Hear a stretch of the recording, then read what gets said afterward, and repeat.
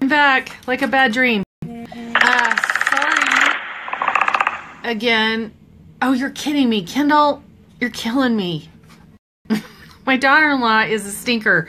I just had this thing set up on a stand, and she told me it was crooked. Okay, hopefully that's right.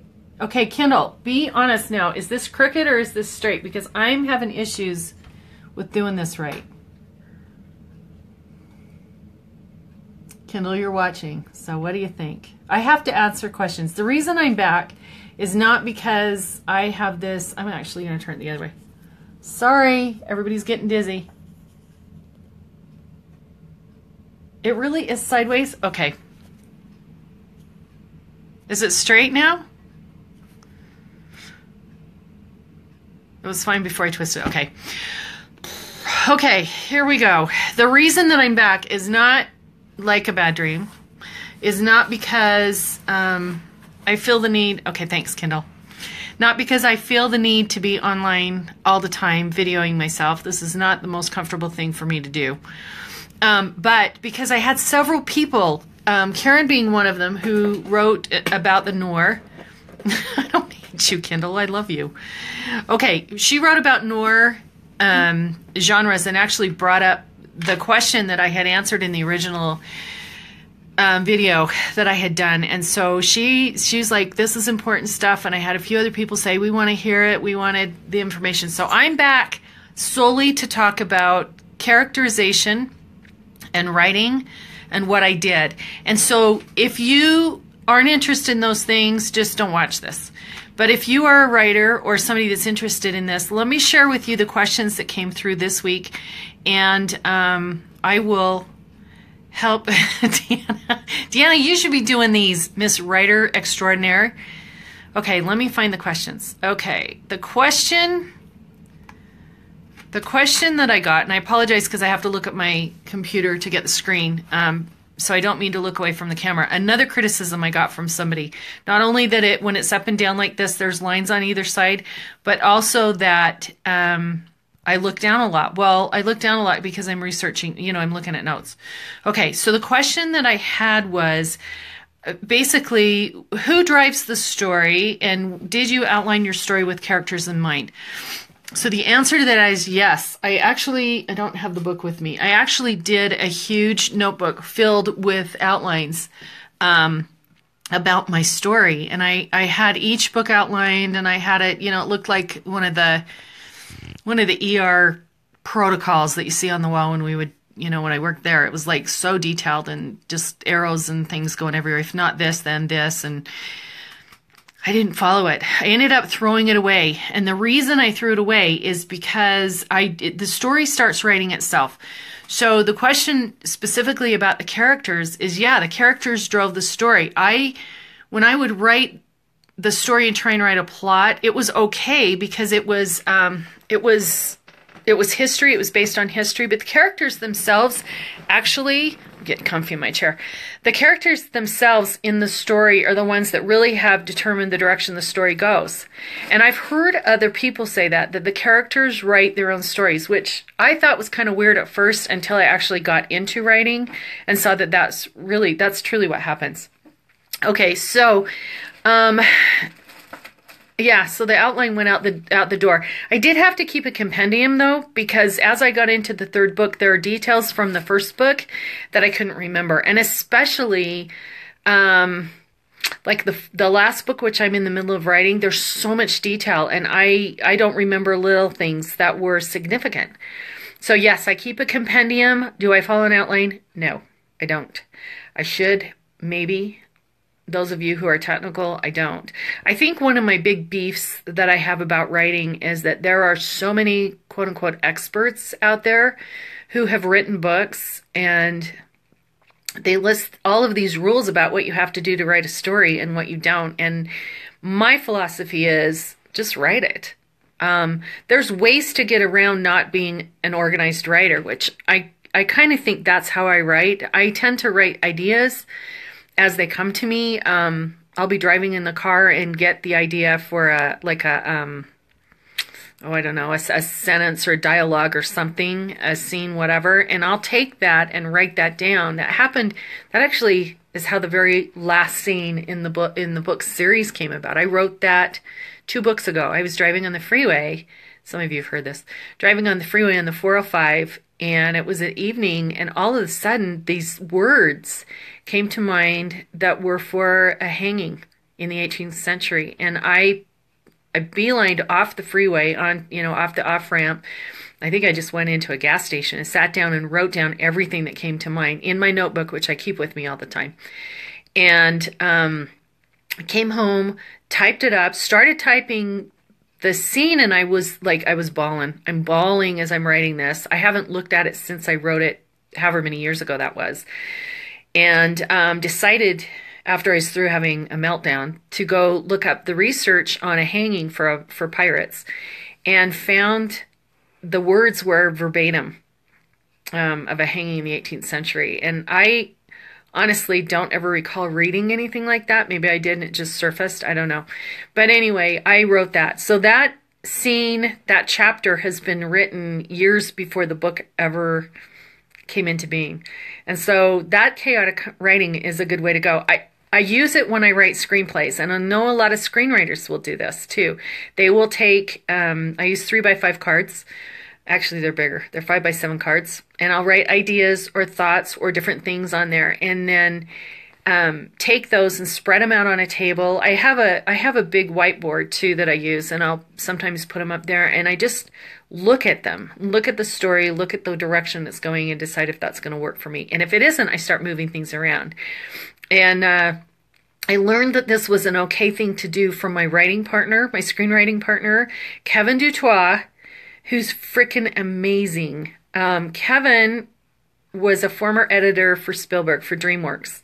And he has films like Avatar, Saving Private Ryan, What Lies Beneath, The Ring, Castaway, Gladiator, all those, I mean, Flight of the Phoenix. It goes on and on and on. You can look him up on IMDb. He's a mile long with his amazing credits. And so, in Indiana Jones, he had like the Crystal Skull, which is not one of my favorite Indiana, but to be able to do that was amazing. Anyway, so Kevin came in, and we had written a scene together that I thought would go later in the book, and we started moving it around on our, something in my eye, on our table, and realized that it needed to go to the beginning.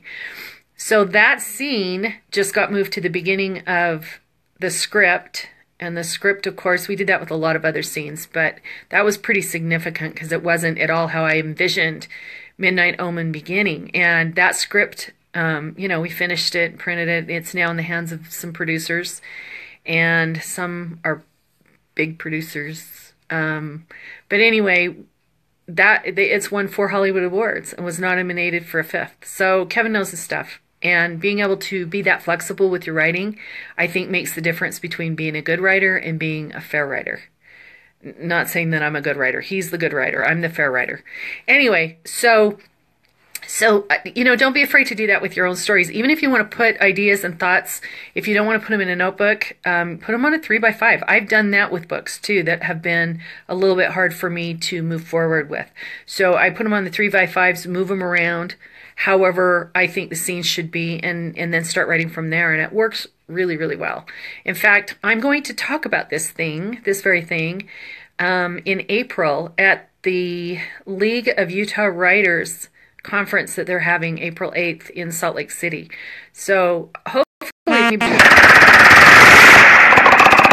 going to do Q&As. Kevin's flying in to help me with it. So it's mainly to talk about how to adapt a novel to screenplay. Like, how do you take a 400-page novel and turn it into a 90-page script? That takes some clever editing, which is Kevin's deal.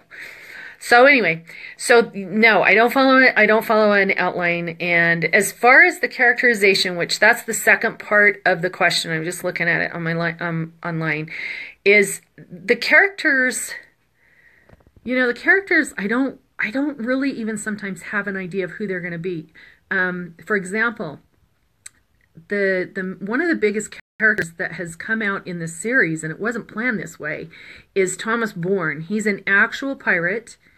He sailed on the William with Calico Jack, and there's nothing known about the guy. I just got his name off of the list. I have access to looking up the names of pirates that actually sailed on certain ships.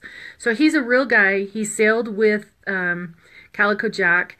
I started writing him into the story, and it's like this guy came alive. He bubbled up from the bottom of the storyline and just said, you know, told me basically he's going to be a force that's going to be reckoned with throughout the series. So he has surfaced in Onyx and has really become a significant character, and I like him. I like the character that he is. And so I do believe these characters give themselves life. It's huge. So that leads into the next question. And I have to look at my paper. So this is where Karen kind of came in. Karen Kohler is an amazing writer, and she writes some dark paranormal fiction. She calls it noir. And in truth, I didn't know what noir was at first. I was when she said that, I was thinking about it, and I'm like, well, I have an idea, but I really don't have a good definition. So I found an article that I don't know who this person is. The gal that wrote it, I think it came out of the UK, because there's a lot of UK spelling in here. So I'm guessing it's that. It's an older one, but I think it's got some valuable information. It's really long. So I'm going to summarize as best I can. And if you have questions, just type them in so that I can see them, and I will try and answer them. Okay, so genres, specifically we're talking thrillers, crime fiction, mystery, noir, psychological thrillers, those kind of dark, you know, what's in the corners of your room in the dark, in the shadows kind of books. Those books have genres and subgenres that she has defined, and she's defined it not based upon anything that I would call necessarily academic, but mostly on what she says the reader expects. That's an interesting concept, because that changes a lot of what authors, how they will classify themselves. For example, the Deja Vu Chronicles was categorized by an agent that I had talked to clear back in 2010 when I first wrote Midnight Omen. She categorized it as a paranormal historical romance. Well, I thought that there was paranormal, I thought there was historical fiction, and I thought there was romance. 3 separate genres. She basically combined them all into kind of a main genre and a subgenre, and I don't even know what the main genre would be. I think it's based upon who you talk to. So that's what's cool about the way things are evolving, and it is reader driven. So the readers are defining what their expectations are for a specific genre, and that kind of gives birth to another, you know, a subgenre, which is really fun. I think that's fun. Like there's mystery romance now, and there's, you know, paranormal romance, and there's all kinds of different things. Crime mystery, crime thrillers, which Cutter Slagle, that's his main genre that he writes in. So anyway, keep that in mind. So this is how she differentiates a few of them. Talking about psychological thrillers, this author states that, and I don't know who she is, so I'm going to have to, I'll write a blog about this and try and credit her, because let's see. Yeah, it doesn't have her name listed on this article. It comes from Word Hunter, which is an online article, I guess magazine or something. But anyway, okay, according to the author of this, maybe it's a he. Psychological thrillers tend to start with either a chapter 1 or a prologue that is seen through the victim or the killer's point of view. Interestingly, not knowing this, I actually wrote a prologue for each one of my books. And in each one of the books, this is not the Ballyhoo series, children's books are different. Talking about the Deja Vu Chronicles, I wrote a prologue that was from Morgan's perspective. So you hear in the first chapter of every single book, Morgan talking. And she's talking to the world. She's talking to these pirates. She's she's threatening him basically, and it's in first person. It's not, you know, third person like the rest of the book. So that fits with the psychological thriller. So I'm glad to hear that I'm in there, because I love psychological thrillers. Love them in film, love them in books. They're amazing. Okay, thriller and crime fiction, according to the author. Those readers expect to meet the antagonist or see a hint of crime or the threat right up front. So, and I'm like that. Like, if I'm a chapter into the book and something hasn't happened, I'm done. Patricia Cornwell, who's one of my favorite authors, does this really well. The last book I read of hers, I forget what it's called, The Book of the Dead. Book of the Dead. She starts right off, and it's the victims in a tub, and she's being fed alcohol, and the killer's pouring ice water. You know it's the killer without it coming out on her to drug her and to, you know, prolong basically her death. You know she's gonna die, but it's that scene right up front, and it just grabs you and pulls you in, and it's what you expect from somebody that writes crime fiction, which is what she does exceptionally well. Okay, reader expectations, again, drive the genre. Common elements to suspense, mystery, or thriller genres.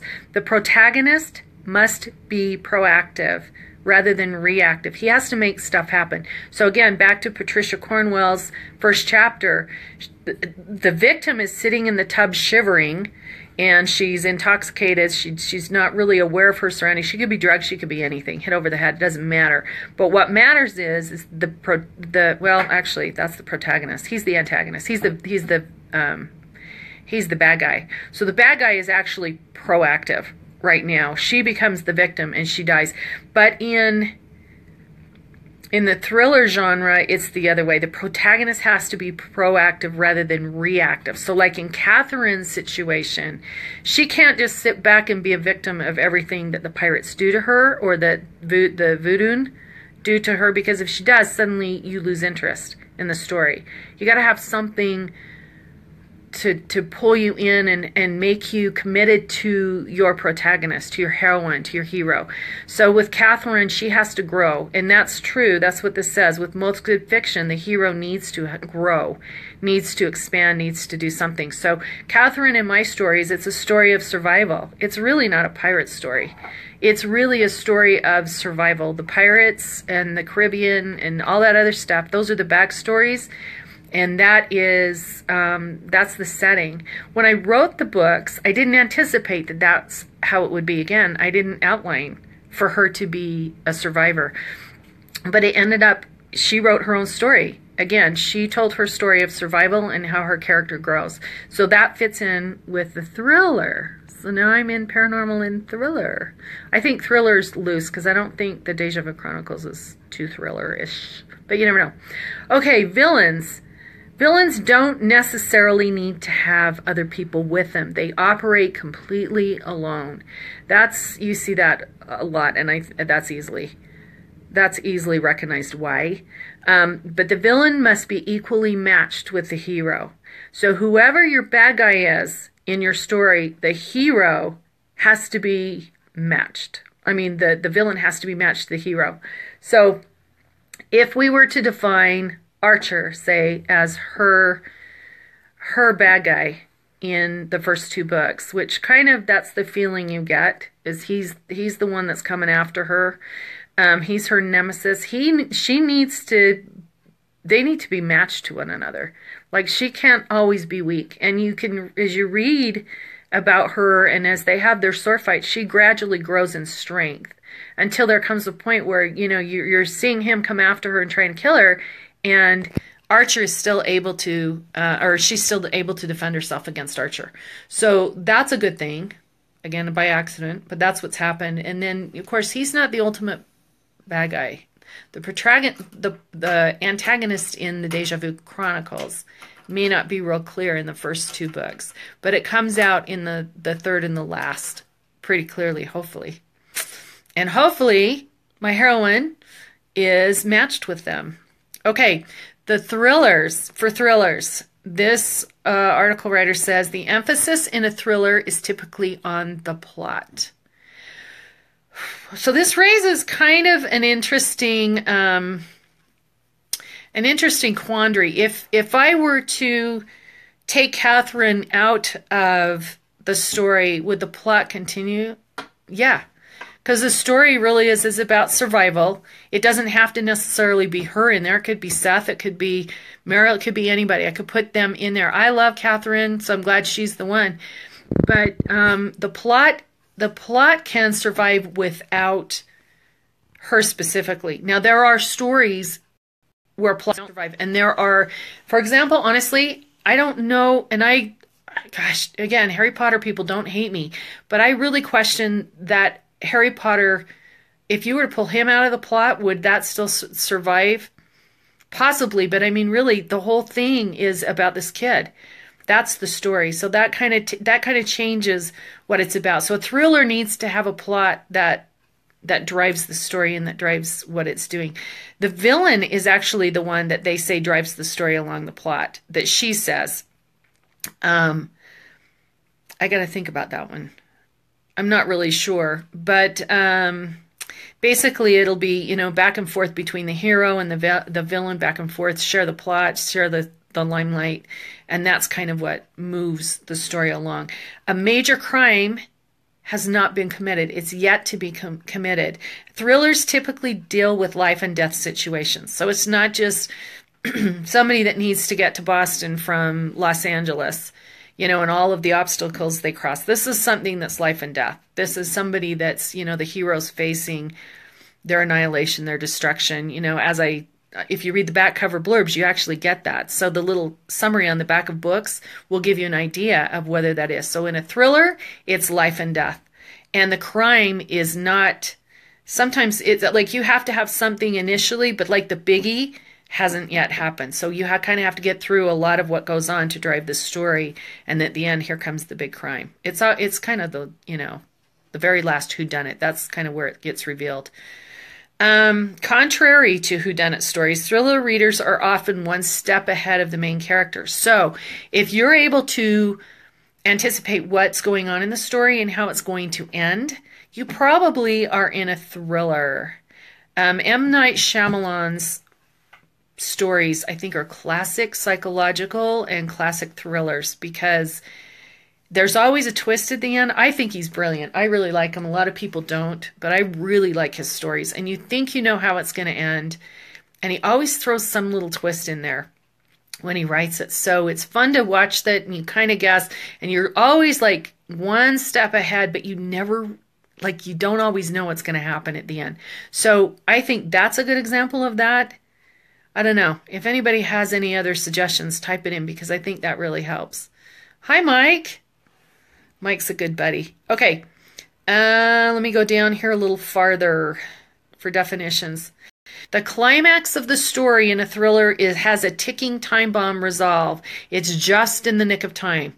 The problem is solved. This in for screenwriting, anybody that knows Blake Snyder's Save the Cat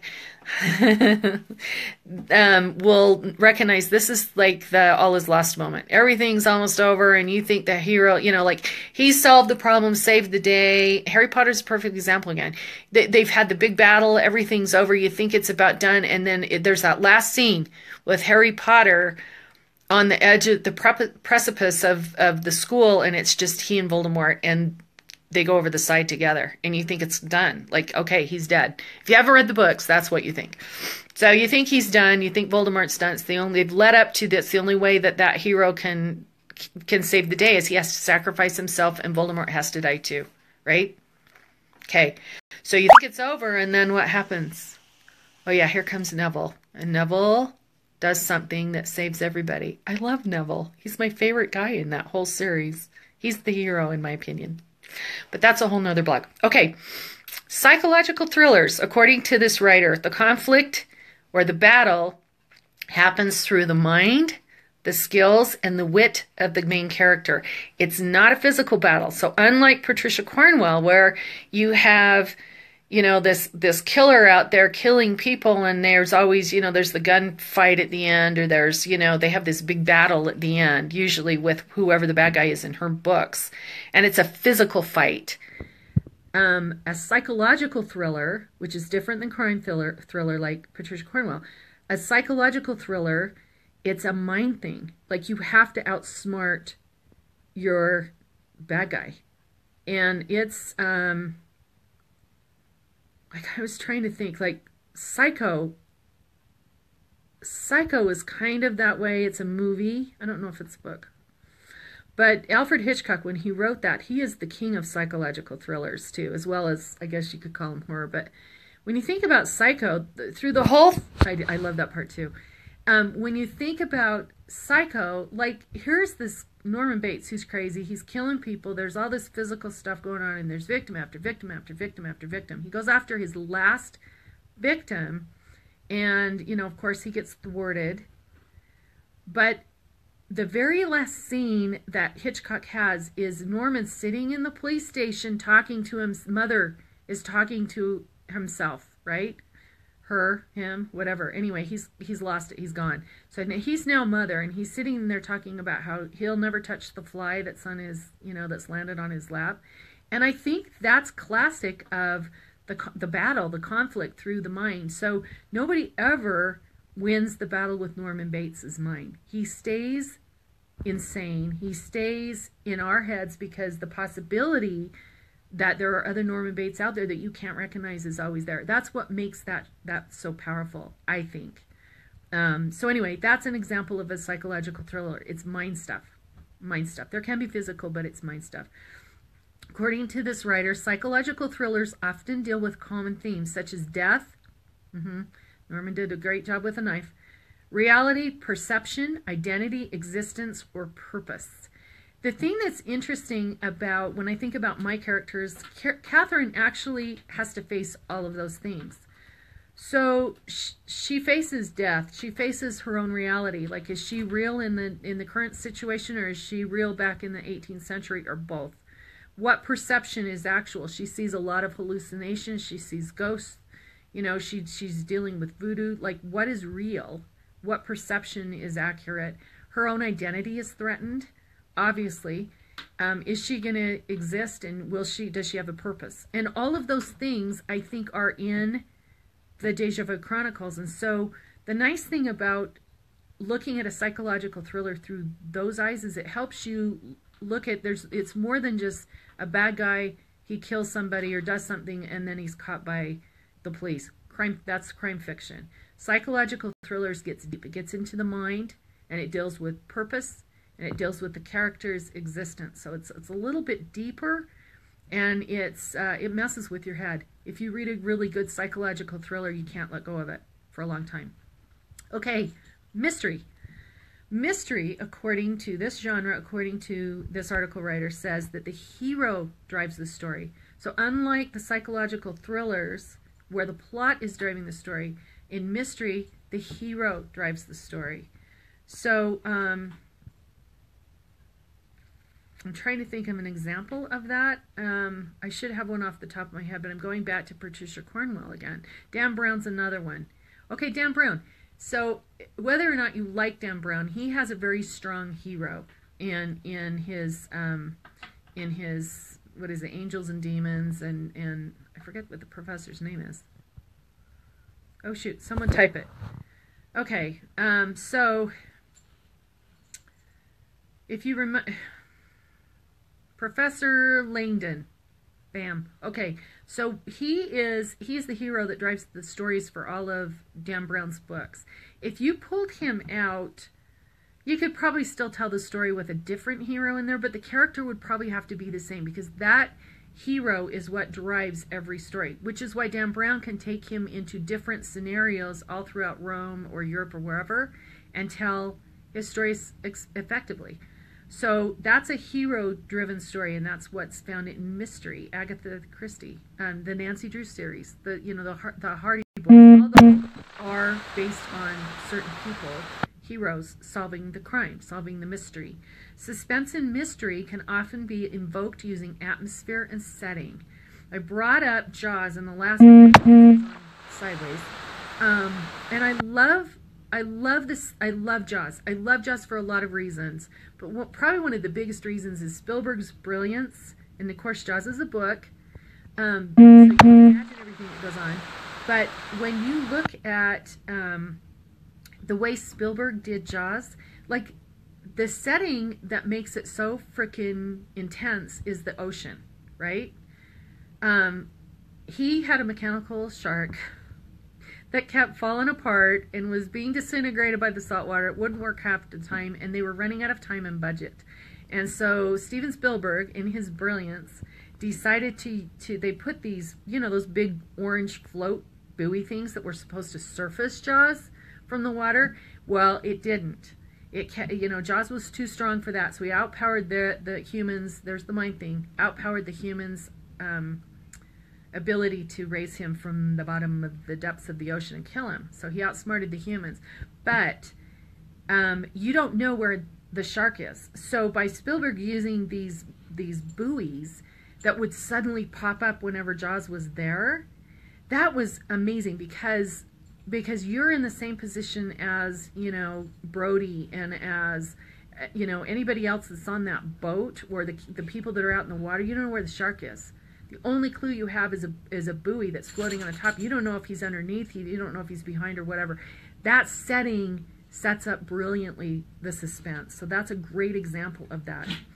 The reader, this is back to the article, the reader should be able to use their mind to solve the mystery. And when they do, there should be a logical solution to the end of it.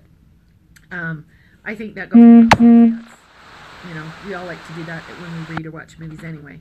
Okay, crime fiction. I'm going to try and hurry this because this is going way longer than I intended. I'm sorry about the time, but I hope this is beneficial to anybody that's interested in genres and in how these work. Crime fiction and police procedurals. This is Cutter Slagle's area of expertise. He's really great at writing crime stories and crime mysteries and suspense.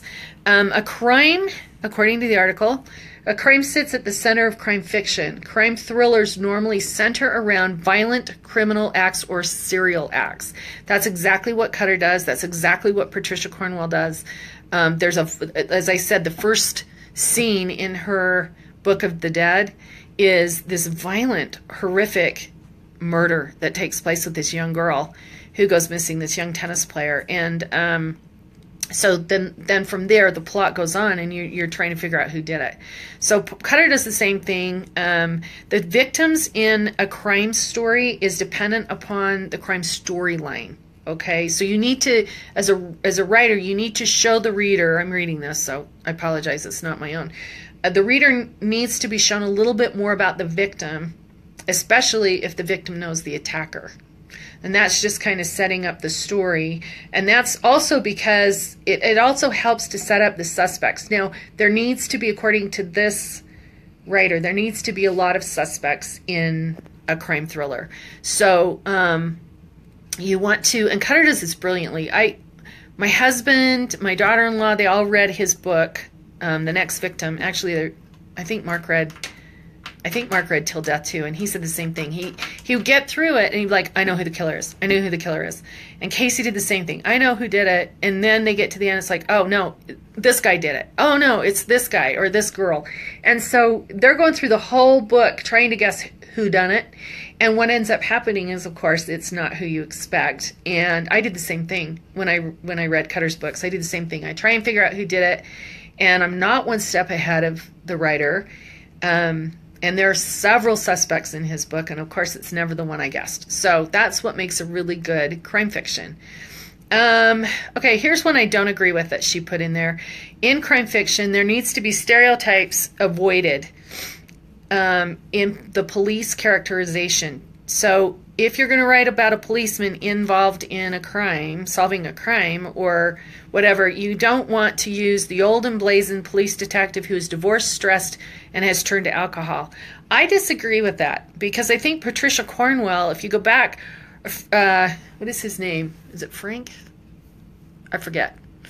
In her books, the policeman is exactly that, and she does it very effectively, and he adds contrast to the heroine in her book. And so the Kay Scarpetta, who is her heroine. She has, I can't believe I forgot his name, but the police officer that works really closely with her is exactly that. Drunk, down on his luck, frustrated, angry, and it works. It works. So I don't agree with what this article says on that topic. Okay, last one. Thanks for hanging in there this long. This is Karen's genre, and I am not an expert on this, so I have to read the definition of this because honestly, when she asked, I don't know that much about noir. So in noir, and I hope I'm saying that right, the protagonist is not a detective, but instead is either a victim, a suspect, or a perpetrator. Other common characteristics in noir include a self-destructive qualities of the protagonist. A typical protagonist of noir fiction is dealing with the legal, political, or other system that is no less corrupt than the perpetrator, by whom the protagonist is either victimized and or has to victimize others on a daily basis. It leads to a lose-lose situation. I really can't give you an example of that. When I looked at her summary, I immediately thought of like Supernatural. Like the heroes in there have their own demons, and the demons, they use them to solve a problem. The other one I thought about was, and these are TV series, not books, Lucifer. That came out for a short time, and I thought it was too predictable, so I didn't really stick with the series. But the character there is actually supposed to be Satan, and he comes down to earth, and he's suddenly, he's doing all these, he's got these bad qualities, which we all know about Satan. But instead, Lucifer, they call him Lucifer, he goes out and solves crimes to mankind. So it's like, it's like the bad guy that does bad things to really bad. Okay, Dexter. Perfect example. Dexter's another one. I love Dexter. Like, he is the worst guy on the planet, and yet everybody loves him. So Dexter would be one. I was thinking about Raymond Reddington. I was trying to catch up last night on The Blacklist a little bit, and I wonder if Raymond Reddington fits in noir a little bit, because he does the same thing. He does like horrific bad things to other people for the better good, but he's still a bad guy. So anyway, think about it. That's what noir is. I don't really know that much about it, but I commit to learning more about it. And, again, I think the key to writing in any genre is just to write.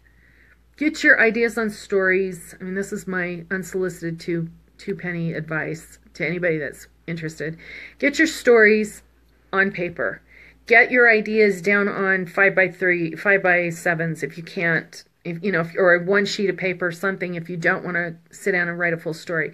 But just get it down, because you can rearrange it, you can organize it. Biographies are great written this way. Just start writing whatever you remember off of pictures, off of, sight, smells, sounds, whatever that triggers a memory. Write it down, and then you can always put it in chronological order if you want later. So same thing with fiction. Just get it down on paper. Write it and enjoy it. And those of you who are readers only, I would love your feedback on some of this stuff, because you readers are the ones that drive these genres. And I want to hear your thoughts and what you think. All right. Thanks for sticking this out. I hope this answered all the questions. And for those who asked me to go back and redo this, I appreciate that, because it makes me feel like what I've provided has been valuable. All right, I will see you guys again, as I said before, in 3 weeks, because Savannah is coming, and I will be in Savannah in 3 weeks. We'll just do fun stuff, parades, and I'll share some of what's going on. But if you have questions for 4 weeks from now, send them to me, and I will get them recorded and researched, and hopefully we can talk more about writing, history, books, genres, whatever you want to talk about. All right, thanks. See ya.